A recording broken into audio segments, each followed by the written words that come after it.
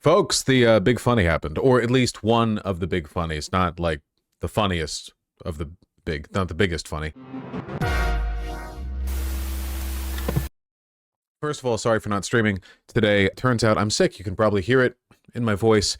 Just got a little cold or whatever over Thanksgiving, you know, probably from eating too much delicious food. What you love will kill you. You know how it is. We can all be so lucky. Hunter Biden has been pardoned by the one guy who can do that, which is Joe Biden. Joe Biden has, dear leader Joseph Robinette Biden has shown his compassion and mercy as a leader, has not left his son to the same fate that Joseph Stalin, his ideological contemporary, might, has instead opted to renege on a previous promise and, well, pardon his son of federal crimes. It's just tax and gun ownership stuff. I think that Hunter Biden checked the box next to, I promise I haven't done cocaine lately. You know, on the ATF form that you fill out when you get the gun, you know, stuff like that. Not like anything too crazy. But anyway, yeah, the pardon. My goodness, people are going to be mad about this. His son, Hunter Biden, a CNN chief national affairs correspondent, President Biden will pardon his son, Hunter Biden. A CNN chief national affairs correspondent, Jeff Zeleny, I believe, is with us. Jeff, can you hear me? And Jessica, yes. Okay. What are you learning? Look, we are just getting a statement from President Joe Biden. He's saying that today he signed a pardon for my son, Hunter, and he goes through the reasoning why. Of course, Hunter is facing a sentencing later this month, but this is really a monumental moment for President Biden. He said several months ago in June, when he was still seeking a re-election, that he would not pardon Hunter Biden. Look at this clip.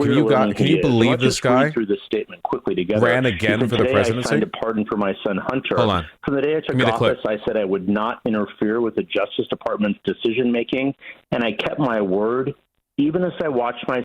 The kind clip of his was thought in this process, video. how he thinks about these things. No matter what it is. That clip.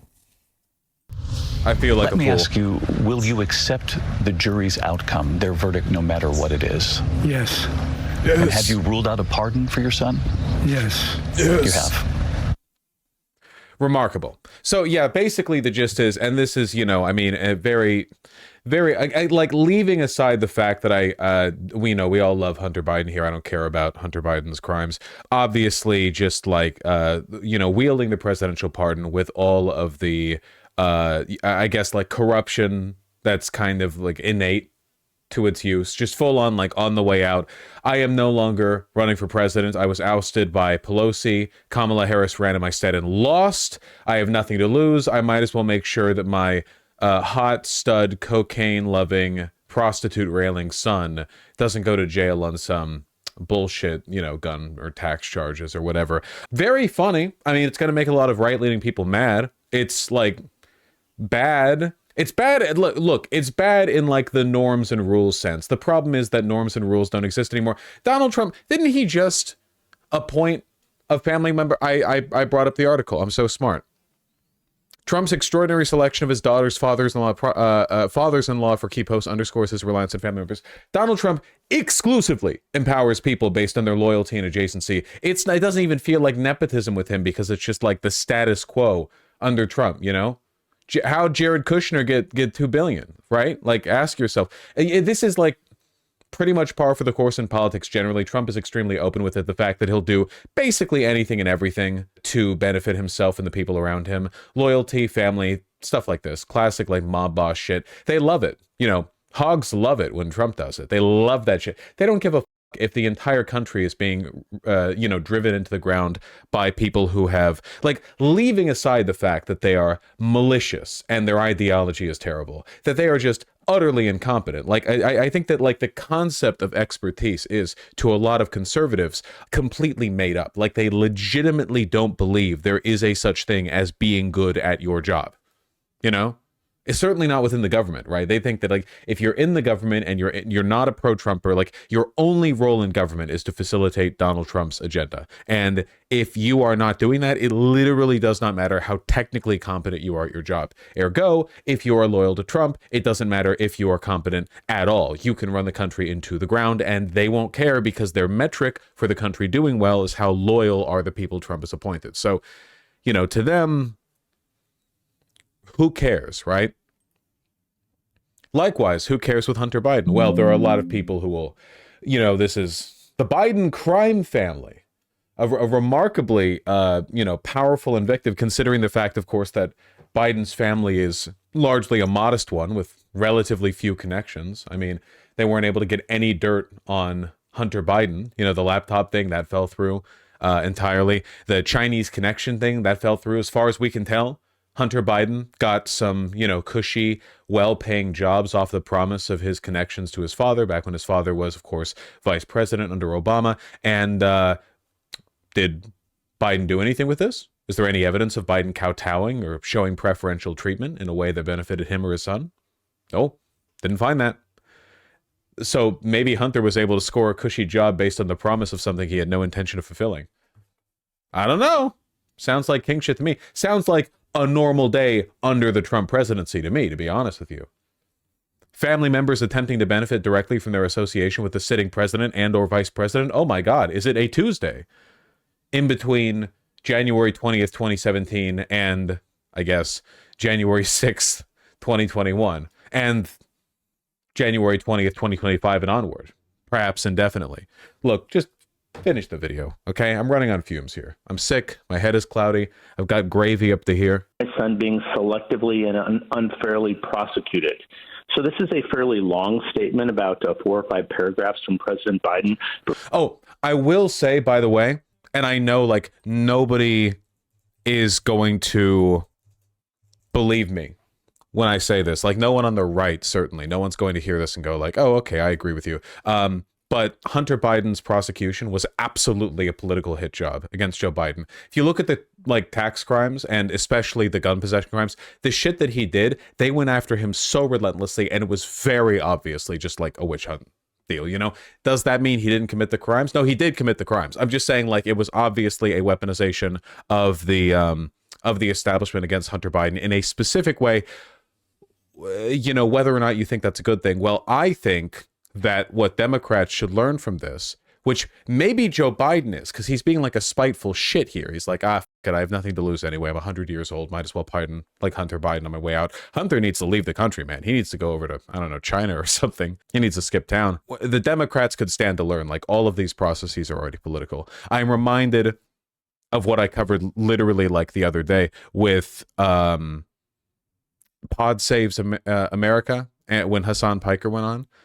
And Hassan Piker suggested that one of the ways that Joe Biden could have compelled a greater kind of consensus within the Democrats towards getting his bills out there, he could have threatened to investigate corruption on the part of the family of Joe Manchin. And the host of Pod Saves was like, "You would do that? You would politicize the Department of Justice, aka the administrative state, aka politics itself?" And well, that's kind of how it goes. It does make Biden and by extension the Democrats look bad that he's doing this after promising not to. Again, it's just like a stupid, spiteful thing. But today I signed the pardon for my son Hunter. From the day I took office, I said I would not interfere with the Justice Department's decision-making, and I kept my word, even as I have watched my son being selectively and unfairly prosecuted. Without aggravating factors like use in a crime, multiple purchases, or buying a weapon as a straw purchaser, people are almost never brought to trial on felony charges solely for how they filled out a gun form. Those who are late paying their taxes because of serious addictions, but pay them back subsequently with interest and penalties, are typically given non-criminal resolutions. It's clear Hunter was treated differently. He's completely correct, by the way. He is correct. This is politically a wild move, and it's wild that he's doing it, and it's crazy that he's backing off a previous promise. He is absolutely objectively correct here. Yeah, 100%. If you take a look at how Hunter Biden has been treated, considering what he did, and you compare it to the previous standard, there's no comparison. It's night and day, really. No reasonable person who looks at the facts of Hunter's cases can reach any other conclusion that Hunter was singled out only because he is my son, and that is wrong. There's been an effort to break Hunter, who has been 5.5 years sober, even in the face of unrelenting attacks and selective prosecution. In trying to break Hunter, they've tried to break me, and there's no reason to believe it'll stop here. Enough is enough. For my entire career, I have followed a simple principle. Just tell the American people the truth. They'll be fair-minded. Unless, it's about Gaza. Here's the truth. I believe in the justice system, but as I have wrestled with this, I also believe raw politics has infected this process and it led to a miscarriage of justice. And once I made this decision this weekend, there was no sense in delaying it further. I hope Americans will understand why a father and a president would come to this decision. And it's a ballsy move. He's correct, you know, doesn't necessarily mean it's not gonna, you know, it's gonna tussle some people. He does seem to genuinely care about Hunter, you know. Would you do the same in his position? I mean, leaving aside the whole, like, genocide of Palestinians thing, I mean, like, broadly, if you were in this situation, would you do the same thing? If I was on my way out, one-term president, the VP running in my stead lost, yeah, I probably would. With what Hunter's gone through, he's got a big life ahead of him, you know? Big journey. Got to walk that path. Yeah, so Godspeed to that one. Look, Republicans or conservatives or anyone who's mad about this, like, I'm just asking you, okay?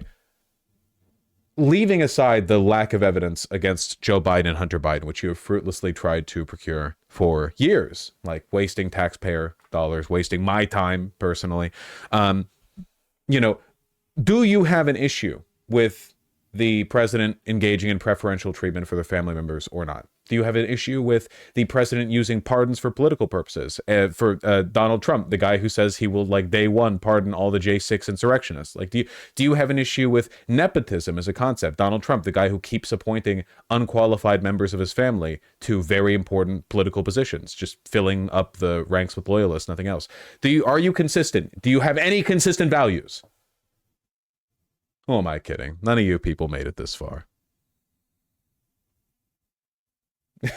I gotta have more Dayquil. This is not a sponsored off-stream video segment. But if it was, it would be brought to you by Dayquil. Take care.